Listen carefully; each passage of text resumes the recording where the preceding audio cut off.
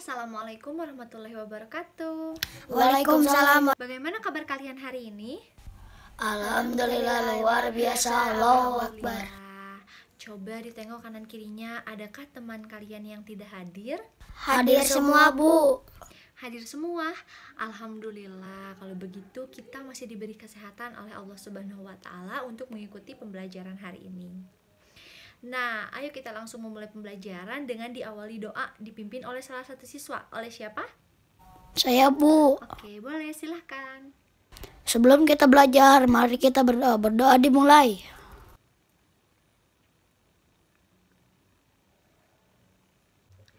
Nah, sebelum kita langsung ke pembelajaran inti, kita akan menyanyikan lagu kebangsaan kita, yaitu lagu Indonesia Raya.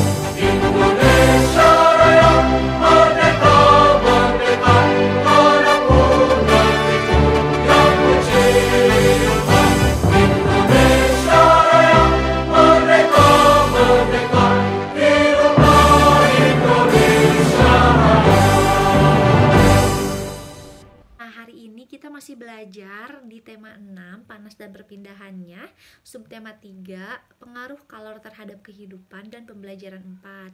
Dan materi yang akan dipelajari itu tentang ilmu pengetahuan sosial. Nah, materi yang akan dibahas itu yang pertama mengenai kegiatan apa saja sih yang ada di wilayah pantai, perkotaan, dan pedesaan. Lalu, permasalahan sosial yang ada di wilayah pantai serta pengaruhnya terhadap pembangunan sosial ekonomi masyarakat.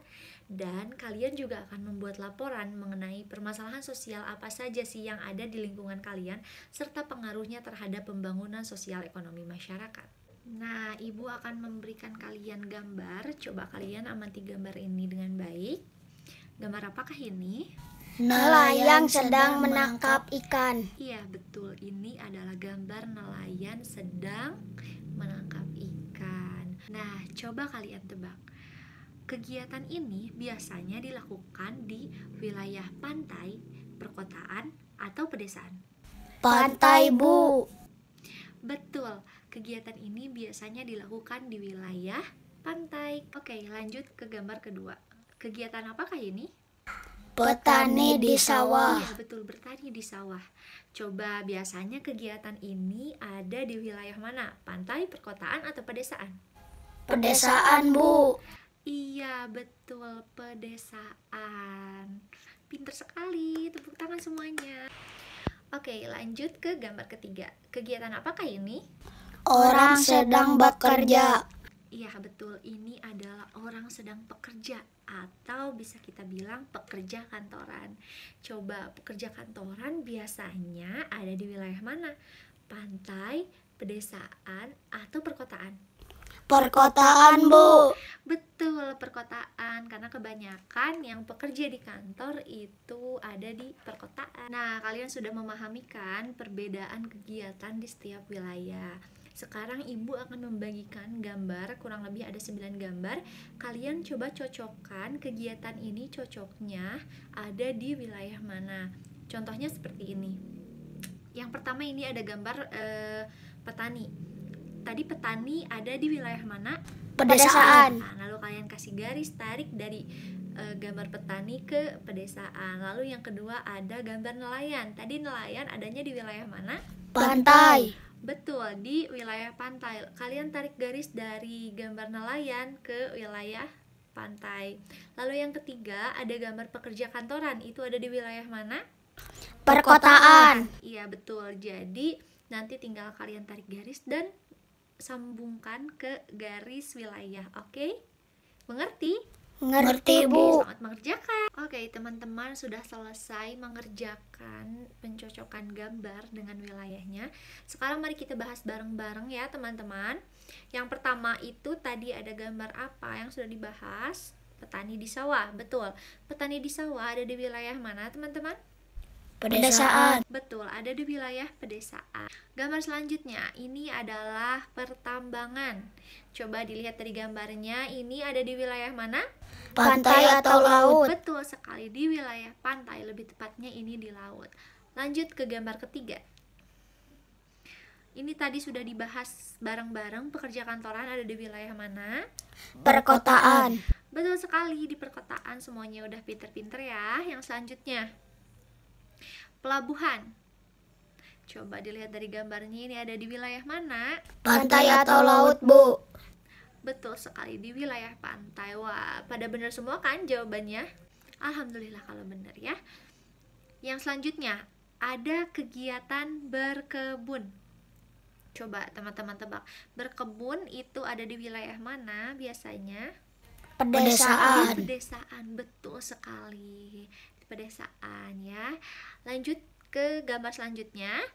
Itu ada buruh pabrik. Biasanya buruh pabrik itu di wilayah mana? Perkotaan. Betul sekali, di perkotaan. Karena di perkotaan itu banyak sekali pabrik-pabrik ya. Yang selanjutnya ada peternakan. Pedesaan, Bu. Waduh, betul sekali, peternakan ada di wilayah pedesaan ya teman-teman. Yang selanjutnya ada restoran. Biasanya restoran ada di wilayah mana? Perkotaan. Betul, di perkotaan. Karena di pedesaan itu bisa terbilang jarang ya ada restoran, atau bahkan mungkin tidak ada. Jadi restoran seringkali kita temukan di perkotaan. Yang selanjutnya, gambar terakhir. Ini ada petani garam. Coba, biasanya petani garam ada di wilayah mana? Pantai. Betul sekali, di wilayah pantai. Siapa yang jawabannya benar semua? Aku, Bu. Wah, hebat-hebat semua ya. Jawabannya betul semua. Mari kita lanjut ke materi selanjutnya. Nah, tadi kita sudah membahas beberapa kegiatan yang ada di wilayah pantai, perkotaan, dan pedesaan. Sekarang kita akan menonton sebuah video. Nah, video ini berisi tentang permasalahan sosial yang ada di wilayah pantai. Kalian amati baik-baik ya. Inilah keindahan laut Indonesia. Kita bisa menemukan beragam jenis lingkungan laut yang unik dan tak terhitung jumlahnya. Di lautan Indonesia, beragam spesies unik di dunia tinggal di laut kita. Kurang lebih 3.500 spesies ikan, 1.114 spesies rumput laut, dan lebih dari 450 kilo karang di lautan Indonesia. Namun, beberapa aktivitas manusia yang tidak bertanggung jawab membuat ekosistem laut kita rusak. Berikut aktivitasnya. Dan aktivitas manusia adalah ancaman terbesar terhadap kekayaan lautan Indonesia. Penangkapan ikan berlebih dan penangkapan ikan ilegal salah satu ancaman serius bagi kekayaan laut Indonesia. Demikian pula dengan penggunaan alat-alat tangkap yang merusak lingkungan seperti bom ikan, racun, kompresor, dan jaring yang bisa merusak karang adalah penyumbang ancaman terbesar. Belum lagi masalah sampah di laut. Masalah sampah ini tak hanya di pesisir saja, bahkan ke laut lepas dan lautan dalam.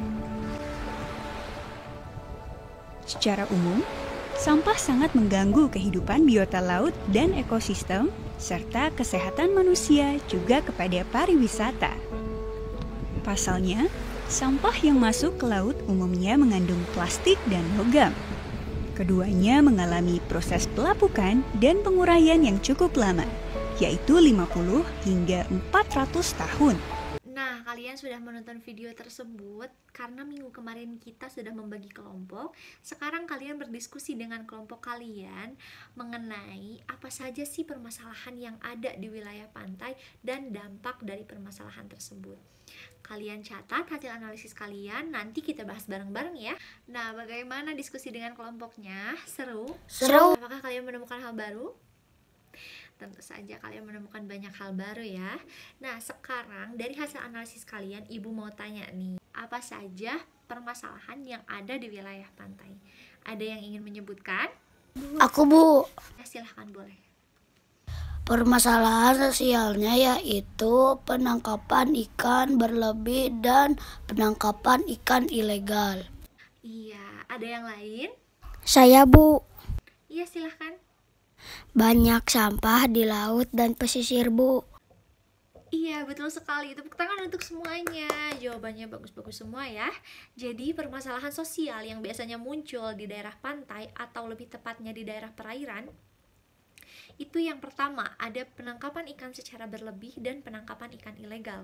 Ini dilakukan oleh nelayan-nelayan yang tidak bertanggung jawab. Karena seperti yang kita tahu, sesuatu yang berlebihan itu tidak baik ya teman-teman. Apalagi kita menangkap ikan yang dilarang untuk diperjualbelikan, seperti ikan hiu dan yang lainnya. Lalu permasalahan sosial yang selanjutnya adalah penggunaan alat tangkap yang bisa merusak lingkungan. Contohnya apa? Bom ikan, jaring yang merusak karang, racun, ataupun kompresor. Alat-alat tersebut sudah sangat dilarang untuk digunakan nelayan untuk menangkap ikan. Karena jika kita menggunakan bom, ikan-ikan lain seperti hiu atau anak ikan paus itu akan mati dan terumbu karang pun akan rusak, sehingga itu akan merusak ekosistem laut. Baik, permasalahan sosial yang selanjutnya adalah sampah di laut dan pesisir. Banyak sekali sampah di laut dan pesisir seperti yang kalian lihat tadi di video. Itu sangat-sangat merugikan hewan yang ada di laut dan itu sangat merusak ekosistem laut ya teman-teman. Maka dari itu kita jangan buang sampah sembarangan ya. Nah, itu dia permasalahan-permasalahan sosial yang ada di wilayah pantai atau perairan. Lalu Ibu mau tanya nih, mengapa kita harus menjaga kelestarian alam? Ada yang mau jawab? Aku, Bu. Boleh, silahkan. Agar masih bisa bermanfaat untuk kedepannya. Iya, betul. Mengapa kita harus melestarikan alam? Agar kedepannya, beberapa tahun ke depan, beberapa puluh tahun ke depan, kita masih bisa merasakan manfaat dari alam yang kita jaga. Lalu selanjutnya, bagaimana sih cara kita menjaga agar laut kita tetap bersih dan dapat bermanfaat untuk kedepannya? Ada yang mau jawab? Aku, Bu. Boleh, silahkan. Jangan membuang sampah sembarangan, Bu. Iya, betul. Ada lagi yang mau jawab? Jangan menggunakan alat berbahaya untuk menangkap Ya, ikan. betul sekali ya teman-teman. Jadi cara kita menjaga dan melestarikan alam atau laut kita, itu kita dimulai dari hal yang kecil. Yang pertama, tidak membuang sampah sembarangan, karena sampah kita bisa saja sampai ke laut, seperti itu ya teman-teman. Lalu yang selanjutnya, kita harus mengingatkan orang lain untuk tidak menangkap ikan secara berlebihan. Seperti itu ya. Kita juga harus saling mengingatkan kepada orang lain bahwasannya penangkapan ikan menggunakan alat-alat berbahaya itu tidak boleh dan itu sangat-sangat dilarang karena akan merusak karang dan ekosistem di laut. Wah, pinter-pinter ya semuanya. Tepuk tangan untuk kita semua. Selanjutnya, bagaimana sih cara kita menjaga agar laut kita tetap bersih dan dapat bermanfaat untuk kedepannya? Ada yang mau jawab? Aku, Bu. Boleh, silahkan. Jangan membuang sampah sembarangan. Iya, betul. Ada lagi yang mau jawab? Jangan menangkap ikan terlalu banyak. Iya, betul ya teman-teman. Banyak sekali cara untuk menjaga lingkungan kita agar tetap sehat dan bersih, terutama menjaga laut kita. Yang pertama itu dimulai dari hal kecil, yaitu tidak membuang sampah secara sembarangan. Mulai dari sekarang kalian biasakan membuang sampah pada tempatnya ya. Lalu yang selanjutnya, kita harus saling mengingatkan ya kepada orang-orang bahwasannya penangkapan ikan secara ilegal, secara berlebihan, dan menggunakan alat-alat yang berbahaya seperti bom, jaring yang merusak karang itu sangat dilarang. jika kita menjaga laut dan melestarikan alam dan juga menjaga ekosistem laut, maka laut juga akan memberikan feedback kepada kita, memberikan manfaat yang baik kepada kita. Salah satunya apa? Yang pertama, laut memberikan kita makanan. Yang kedua, laut memberikan kita mata pencaharian dengan kita bisa memperjualbelikan ikan. Lalu yang ketiga, laut juga memberikan warga sekitar mata pencaharian dengan menjadikannya tempat wisata di daerah pantai. Dan juga kita bisa membuat alat transportasi di laut yang bisa digunakan oleh para wisatawan ataupun yang lainnya, seperti itu. Sehingga jika kita menjaga kelestarian laut, maka laut akan memberikan banyak manfaat kepada kita, salah satunya manfaat di bidang ekonomi. Nah, Ibu akan memberikan kalian LKPD yang dikerjakan secara berkelompok. Isi LKPD-nya yaitu kalian mencari permasalahan sosial yang ada di sekitar kalian dan pengaruhnya terhadap pembangunan sosial ekonomi di lingkungan kalian. Seperti itu, dikerjakan secara berkelompok ya. Nanti perwakilan dari kalian akan mempresentasikan hasil dari diskusi kalian, seperti itu. Ini LKPD-nya silahkan dikerjakan. Ibu kasih waktu 5 menit cukup. Oke, selamat mengerjakan. Saya sudah selesai mengerjakan, jadi saya sekarang akan menjelaskan permasalahan sosial di lingkungan saya, yaitu banyak sampah sehingga lingkungan saya menjadi bau dan orang-orang tidak mau main ke lingkungan saya. Permasalahan di lingkungan saya itu banyak kendaraan besar dan kemacetan, Bu, sehingga lingkungan saya jadi tercemar udaranya. Wah, tepuk tangan untuk setiap kelompok yang sudah berani presentasi ke depan. Tepuk tangan semuanya. Nah, sekarang Ibu akan memberikan lembar evaluasi yang harus kalian kerjakan. Nanti dikumpulkan ya, Ibu kasih waktu 5 menit. Baik, semuanya sudah mengumpulkan lembar evaluasi. Nah, yang selanjutnya kita akan menyimpulkan bersama-sama mengenai pembelajaran hari ini. Ada yang ingin menyimpulkan? Aku, Bu.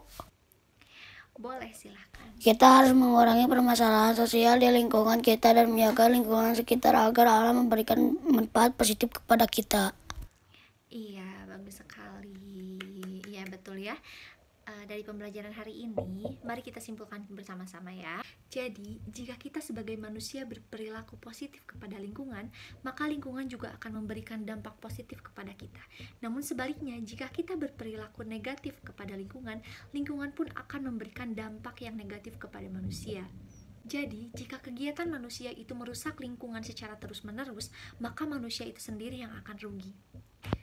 Manusia akan mengalami bencana alam karena lingkungan yang rusak oleh ulah manusia itu sendiri. Maka dari itu, marilah kita jaga lingkungan kita agar lingkungan tetap memberikan manfaat kepada kita. Oke.